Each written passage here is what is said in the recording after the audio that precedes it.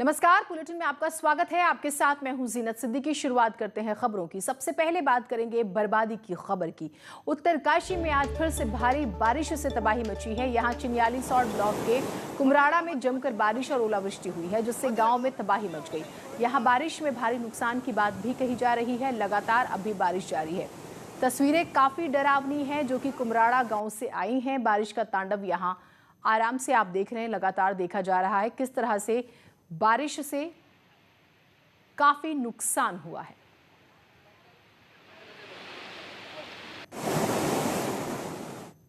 पिथौरागढ़ से अगली खबर है। यहां ग्लेशियर की चपेट में आने से शख्स की मौत हो गई। घटना धारचूला के मंडिया बुग्याल की है। यहां मृतक बकरी चराने गया था, लेकिन बुग्याल में ग्लेशियर की चपेट में आ गया और उसकी मौत हो गई।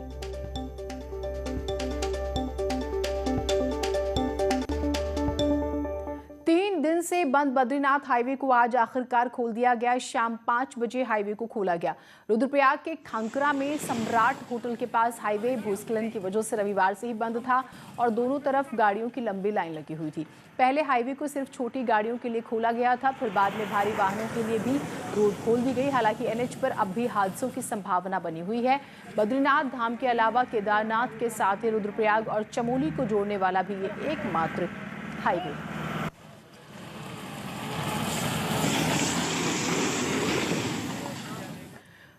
और अब बात परीक्षा की करते हैं तो सीबीएसई परीक्षा रद्द होने के बाद उत्तराखंड बोर्ड की 12वीं की परीक्षा को भी रद्द कर दिया गया है। शिक्षा मंत्री अरविंद पांडे ने मीटिंग के बाद इसका ऐलान किया।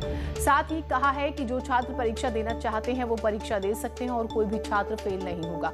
शिक्षा मंत्री का कहना है कि जिस तरह से सीबीएसई आगे का फॉर्मूला बनाएगी उसी तरह से राज्य बोर्ड भी काम करेगा और उसी तर्ज पर रिजल्ट्स भी जो हैं वो तैयार किए जाएंगे।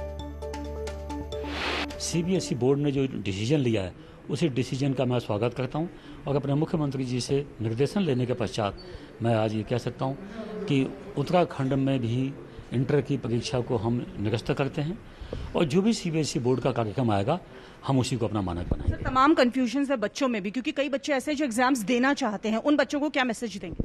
मैं बच्चों से कहना चाहूँगा कि बेटा आपका जीवन हमारे लिए बहुत महत्वपूर्ण है और देखा आपने कोविड-19 के दौरान बहुत से हमारे स्वजन प्रियजन हमारे मध्य में आज नहीं है।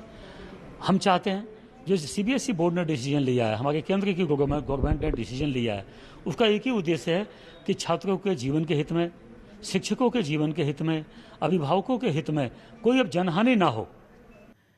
कोरोना केसेस की बात करें आज की तो आज राज्य में कोविड के 1003 नए मामले सामने आए हैं, जबकि 24 घंटे में 30 मरीजों की मौत हो गई है। आज 2778 मरीज रिकवर भी हुए हैं, जिसके साथ राज्य में एक्टिव मरीजों की संख्या की बात करें वो भी घटी है। 25,300 अभी एक्टिव केसेस हैं फिलहाल प्रदेश में। आज के नए केसों की बात करें तो देहरादून में 216, हरिद्वार में 171, पिथौरागढ़ में 126, नैनीताल में 119, उधम सिंह नगर में 44, अल्मोड़ा में 54, बागेश्वर में 9, जबकि चमोली में 58, चंपावत में 4, पौड़ी में 57, टिहरी में 79, उत्तरकाशी में 18 और रुद्रप्रयाग में 48 नए कोरोना केसेस सामने आए हैं।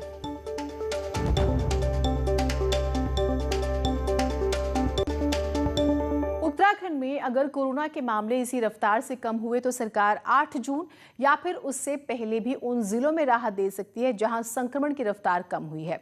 केंद्र सरकार भी ये कह चुकी है कि 5% से कम संक्रमण वाले जिले खोले जा सकते हैं।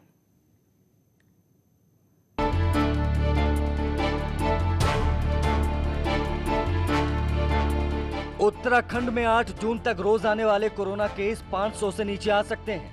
इस बात को उम्मीद सरकार कर रही है और अगर ऐसा हुआ तो 4 हफ्ते के कर्फ्यू के बाद उन जिलों में राहत मिल सकती है जहां केस कम हुए। वही केंद्र सरकार भी कह चुकी है कि उन जिलों को खोला जा सकता है जहां कोरोना संक्रमण की रफ्तार 5% से कम है। अल्मोड़ा, पिथौरागढ़, पौड़ी, चमोली, नैनीताल, टिहरी और रुद्रप्रयाग में संक्रमण की दर 8% से ज्यादा है, जबकि देहरादून, उत्तरकाशी, हरिद्वार, उधम सिंह नगर, चंपावत और बागेश्वर में संक्रमण रेट 6% से कम है। तो वहीं हरिद्वार में सबसे कम 2.91% संक्रमण दर है। इसलिए अब सरकार में बाजारों को खोलने पर विचार चल रहा है। कोई दिल से नहीं चाहती कड़ाई हो, हालात ऐसे हैं कि सरकार को कड़े कदम उठाने पड़े और अगर आप देखेंगे इन कड़े कदमों का जो नतीजा स्पष्ट दिखाई दे रहा है कि 10,000 से 1,000 में आना ये बहुत बड़ी उपलब्धि है। यहाँ पर ये लगेगा कि अब स्थिति हो रही है तो सरकार जिस तरह से कड़ाई करने में रही उससे ढिलाई भी देने का काम करेगी। जैसे अभी आपने देखा इसी बार भी हमने मार्केट को 2 दिन करने का काम कर दिया। पूरे राज्य में 31 मई को कर्फ्यू के 3 हफ्ते पूरे हो चुके हैं और कर्फ्यू का असर कोरोना के आंकड़ों पर दिखने लगा है। सरकार को उम्मीद है कि जून का महीना कोरोना पर जीत का होगा, लेकिन कांग्रेस का कहना है कि सरकार ये बताए कि उनके लिए क्या प्लान है जिनके करोड़ों के कारोबार का नुकसान कर्फ्यू से हुआ है। हमारा जो व्यापारी वर्ग के लोग हैं वो तमाम लोग जो है इस कोरोना काल में जो है पूरी तरीके से प्रभावित हुए हैं। सरकार द्वारा इस परिप्रेक्ष्य में कोई निर्णय नहीं लिया जा रहा, कोई पैकेज, चाहे हमारा छोटा व्यापारी हो, चाहे हमारे बेरोजगार साथी हों। आज देख लीजिए हालत ये है कि टैक्सी मैक्सी वाले हैं, रिवर राफ्टिंग से जुड़े हुए लोग हैं, होटलियर से जुड़े हुए लोग हैं। राज्य में जिस रफ्तार से कोरोना केस कम हो रहे हैं उसे देखते हुए अगले हफ्ते से कुछ जिलों में कर्फ्यू का हटना और बाजार खुलना तय माना जा रहा है। वही सरकार ऐसी टाइमिंग पर विचार कर रही है ताकि बाजार भी खुल सके और कोरोना संक्रमण भी ना फैले। देहरादून से न्यूज़ 18 के लिए दीपांकर भट्ट की रिपोर्ट। हल्द्वानी से खबर है, यहां डीआरडीओ के कोविड अस्पताल की शुरुआत हुई। सीएम तीरथ सिंह रावत ने अस्पताल का वर्चुअल उद्घाटन किया। डीआरडीओ ने यहां 500 बेड का फैब्रिकेटेड कोविड अस्पताल बनाया है। अस्पताल में 375 ऑक्सीजन बेड हैं, 125 आईसीयू बेड हैं, जबकि 100 वेंटिलेटर बेड भी उपलब्ध हैं। कोरोना की तीसरी लहर की आशंका की वजह से 100 बेड को रिजर्व रखा गया है। सीएम तीरथ सिंह रावत वर्चुअली मौजूद रहे तो वहीं कैबिनेट मंत्री बंशीधर भगत, सांसद अजय भट्ट और नेता प्रतिपक्ष इंद्र हृदेश भी इस कार्यक्रम में मौजूद रहे। ऑपरेशन थिएटर है, सर्जिकल उपकरण भी है, लेकिन जिसने ऑपरेशन को अंजाम देना है वो डॉक्टर ही नहीं है। ऐसा ही कुछ हालात है उत्तराखंड की। अगर हम बात करें, सिर्फ 40% स्पेशलिस्ट डॉक्टर ही यहां पर तैनात हैं। ऐसे में कोविड की तीसरी वेव से कैसे मुकाबला होगा, ये गंभीर प्रश्न है।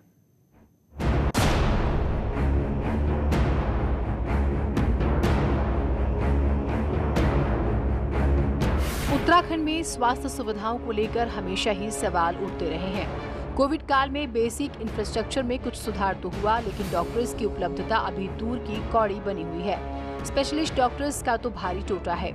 हालात ये हैं कि स्पेशलिस्ट डॉक्टर्स के करीब 58% पद खाली पड़े हैं। हाल ही में मेडिकल चयन बोर्ड से 375 डॉक्टर्स राज्य को मिले, लेकिन इनमें से भी 100 से ज्यादा डॉक्टर ने ज्वाइन ही नहीं किया। सर्जन के 140 पदों पर सिर्फ 40 डॉक्टर हैं। फिजिशियन के 149 पदों में से 117 पद खाली हैं। एनेस्थीसिया के 145 पदों की जगह 56 ही तैनात हैं। बाल रोग में 155 की जगह 63 ही डॉक्टर हैं। महिला रोग में 155 की बजाय 63 डॉक्टर। चर्म रोग विशेषज्ञ तो पूरे राज्य में 3 ही डॉक्टर हैं। 403 डॉक्टर्स का चयन हुआ था, तो उसमें भी कुछ आए थे स्पेशलिस्ट, लेकिन उनके द्वारा यहाँ पर अभी योगदान नहीं दिया। कोविड-19 के तहत किसी को कोविड हो गया, किसी को अपने उस समय उन्होंने ज्वाइन करना चाहा, फिर नहीं ज्वाइन करा। दूसरी लहर से निजात मिलने के बाद अब डर तीसरी लहर का है। ऐसे में सरकार अब वर्ल्ड बैंक जैसी एजेंसियों की राह देख रही है, तो वहीं रिटायर हो चुके डॉक्टर्स और आर्मी डॉक्टरों से भी आगे आने की अपील की जा रही है। तो अलग अलग माध्यम से हम लोग प्रयास कर रहे हैं कि स्पेशलिस्ट की हमारी आपूर्ति हो, चाहे हमारा मेडिकल चेन बोर्ड के माध्यम से है, चाहे वर्ल्ड बैंक के माध्यम से है। आपने ये भी देखा हो कि हमने सामान्यतः अपील भी करी है कि यदि कोई व्यक्ति आपका जो अपनी सेहत जिनकी ठीक है एंड 60+ होकर वो गवर्नमेंट में कंट्रीब्यूट करना चाहते हैं, तो हमारे वॉक इन इंटरव्यूज़ भी अलाउ हो रहे हैं एंड वॉक इन इंटरव्यूज़ के माध्यम से भी हम उनको रख रहे हैं। लबोलुआब ये है कि राज्य में 1187 स्पेशलिस्ट डॉक्टर्स के पदों पर सिर्फ 492 तैनात हैं। ऐसे में सवाल ये है कि हेल्थ सिस्टम कितना ही अपडेट क्यों ना हो, बगैर डॉक्टर्स के ये चलेगा कैसे। देहरादून से सुनील नवप्रभात के साथ bureau report, news 18 network. Covid की थर्ड वेव की जो आशंका जताई जा रही है उसमें चाइल्ड स्पेशलिस्ट की भूमिका महत्वपूर्ण होगी, लेकिन राज्य में 60% चाइल्ड स्पेशलिस्ट तैनात ही नहीं है। ऐसे में बच्चे प्रभावित हुए तो डॉक्टर्स की कमी बिल्कुल सामने आएगी। दून अस्पताल इन दिनों MBBS डॉक्टर्स और अपने स्टाफ को ट्रेन करने में जुटा हुआ है। प्लेन MBBS हैं और उनको भी हम ट्रेन कर रहे हैं आजकल, और हमारे जो है ये ट्रेनिंग जो है पिछले 1-2 हफ्तों से चल रही है। और हमारे जो जितने भी अन्य चिकित्सक हैं, चाहे वो फिजिशियन हों या अन्य जो है विभागों के हैं, उनको भी जो है हम जो है पीडियाट्रिशियन की और जो भी उपचार करने की और ऑक्सीजन थेरेपी और आईसीयू की ट्रेनिंग, ये सब चीज़ें जो है हम करवा रहे हैं। ग्रामीणों के विरोध के बाद पिथौरागढ़ प्रशासन ने नए कोविड शवदाह स्थल की तलाश तेज कर दी है। एडीएम की अगुवाई में प्रशासनिक अधिकारियों ने रामगंगा क्षेत्र का निरीक्षण किया। निरीक्षण के बाद 2 स्थानों का चयन किया गया। ये दोनों स्थान पुराने शवदाह स्थल से नजदीक होने के साथ ही आबादी से दूर हैं। अभी तक कोरोना संक्रमितों का शवदाह घाट पंपिंग योजना के करीब हो रहा है, लेकिन यहाँ के ग्रामीण इसका विरोध कर रहे हैं। ये कोरोना संक्रमितों का अंतिम संस्कार कर रहे हैं, वो स्थान तो है ही, लेकिन अगर कोई उससे नज़दीक कोई स्थान मिल जाता है जिससे हमारी दूरी भी कम हो तो उसको देखा जा रहा है। तो 1-2 पॉइंट देखे गए। टिहरी के गांव में बढ़ते कोरोना संक्रमण को कंट्रोल करने में प्रशासन ने टीमें बढ़ाकर सैंपलिंग बढ़ाने के साथ ही कोविड किट का डिस्ट्रीब्यूशन भी बढ़ा दिया है। अभी तक 27,000 कोविड किट गांव में बांटी जा चुकी हैं। प्रशासन द्वारा जिन गांव में बुखार और खांसी की शिकायत आ रही थी, वहां अतिरिक्त मेडिकल टीमें तैनात कर दी गई हैं और सैंपलिंग के बाद ही उन्हें कोविड किट दी जा रही है। डीएम का कहना है कि 50,000 कोविड किट का ऑर्डर किया गया है, जिसमें से 27,000 बांट दी गई है। क्योंकि हमने 50,000 मेडिकल किट्स के ऑर्डर दिए थे, जिसमें करीब 27,000 1-2 दिन पहले तक आ गई थी। उसके अलावा डेली आ रही है। जैसे हमारे पास आ रही है तो हम बांटते जा रहे हैं। जिस समय भी हमें ये 50,000 पूरी मिल जाएगी तो सारे ही गांव सैचुरेट हो चुके होंगे किट से। तो पूरा देश कोरोना से जूझ रहा है, वहीं अब कई गाने भी इस पर बन रहे हैं। कोरोना महामारी को लेकर उत्तराखंड की प्रसिद्ध जागर गायिका राजेश्वरी भट्ट ने न्यूज़ 18 पर एक जागर गाया, जिसमें जागर गायिका ने कोरोना के कारण चारों धामों में छाए सन्नाटे और लोगों की दिक्कतों के साथ ही देवभूमि के देवताओं से विश्व को कोरोना मुक्त करने की प्रार्थना की। अरे कोरोना बीमारी देव तो तुम दूर हटवा, कोरोना महामारी दुनिया को रामो त्राही मामो गे। अरे बाल बच्चा भगवानो ये तेरी दुनिया त्राही मामो गे। अल्मोड़ा में न्यूज़ 18 की खबर का बड़ा असर हुआ। न्यूज़ 18 ने जैती में युवक के साथ मास्क पहनने को लेकर दबंगई की खबर प्रमुखता से दिखाई थी। इसके बाद एसएसपी ने पूरे मामले में जांच सीओ सिटी को दी। पुलिस की दबंगई का वीडियो वायरल हो रहा था। युवक को सरकारी कार्य में बाधा डालने के आरोप में थाने ले जाने की कोशिश की गई, लेकिन युवक अपने घर में चला गया था। इस दौरान खूब गाली गलौज भी हुई। एक सोशल मीडिया पे एक पुराना वीडियो वायरल हुआ है, जिसमें जो है जो तथ्य हैं वो कुछ ऐसो द्वारा अलग बताए गए हैं। इसलिए इस पूरे मामले की जांच जो है सीओ सिटी को दी गई है। सीओ अल्मोड़ा इसकी जांच करेंगे और उसके आधार पर इस पर कार्रवाई की जाएगी, क्योंकि इसमें थाने द्वारा बताया गया कि उस युवक द्वारा एक माफ़ीनामा भी थाने में दिया गया है। अब आपको वो वीडियो दिखाते हैं जिसमें पुलिस वाले एक युवक के साथ जबरदस्ती करते दिख रहे हैं। बताया जा रहा है कि युवक घर के पास बैठा था, मास्क नहीं पहना हुआ था। पुलिस कार्रवाई करने पहुंचती है। युवक पर सरकारी काम में बाधा डालने के आरोप में थाने ले जाने की कोशिश करती है। घर के अंदर चला जाता है। इसी दौरान अपशब्दों का भी जमकर इस्तेमाल किया जाता है।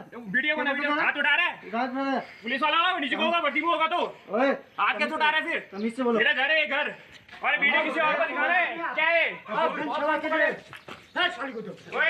वीडियो बना, वीडियो बना।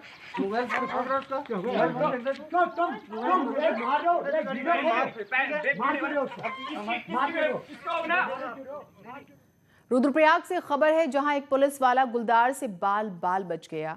एक गुलदार पुलिस बैरियर में आ धमका और वहां तैनात पुलिसकर्मी पर जैसे ही हमला करने की कोशिश की, पुलिसकर्मी जान बचाकर वहां से भाग खड़ा हुआ। ऐसे में एक बड़ी अनहोनी होने से बच जाती है। ये पूरी घटना सीसीटीवी में कैद हो गई है। घटना रुद्रप्रयाग जिले के अगस्त्यमुनि थाने के तिलवाड़ा बैरियर की है। उत्तराखंड में कोविड कर्फ्यू के दौरान शराब की दुकानें बंद ही रहीं, लेकिन इस दौरान भी शौकीनों ने खूब जाम छलकाए और इसकी तस्दीक कर रहे हैं पिछले 2 महीने के आंकड़े।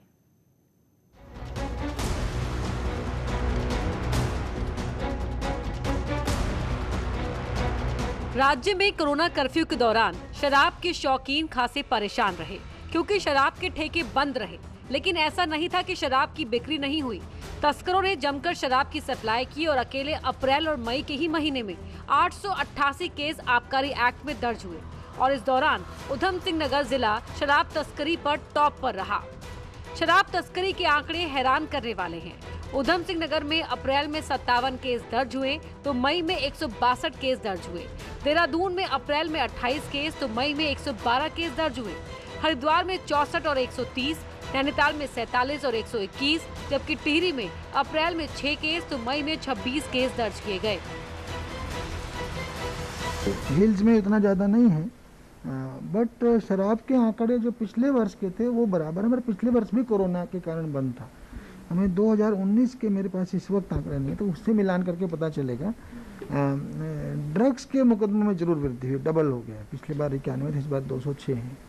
अब इसी कोरोना कर्फ्यू के दौरान शराब की खूब तस्करी हुई तो एनडीपीएस एक्ट में भी 200 से ज्यादा केस दर्ज हुए। यानी पुलिस ने अपना काम बखूबी किया तो शराब और ड्रग माफिया भी कानून तोड़ने से पीछे नहीं रहे। न्यूज़ 18 के लिए देहरादून से भारती सकलानी की रिपोर्ट। कोरोना कर्फ्यू में भले ही शराब की दुकानें बंद हों, लेकिन अवैध रूप से शराब बेचने वालों के हौसले बुलंद रहे। नैनीताल में 39 देशी विदेशी शराब के पौवे के साथ 2 लोगों को गिरफ्तार किया गया। दोनों मेट्रोपोल के खंडहर मकान में बैठकर शराब बेच रहे थे। पुलिस ने दोनों पर आबकारी अधिनियम और आपदा प्रबंधन एक्ट के तहत मामला दर्ज किया है। इसके साथ ही अब तक कोरोना कर्फ्यू के दौरान कोतवाली पुलिस ने 5 लोगों को स्मैक के साथ भी गिरफ्तार किया है। एक आरोपी को अफीम की तस्करी करते हुए गिरफ्तार किया। उत्तराखंड में नौकरशाही सरकार के आदेशों, सरकार के बयानों को गंभीरता से नहीं लेती है। ये आम तौर पर देखा गया है, लेकिन पिछले 24 घंटे में इसे फिर दोहरा भी दिया गया।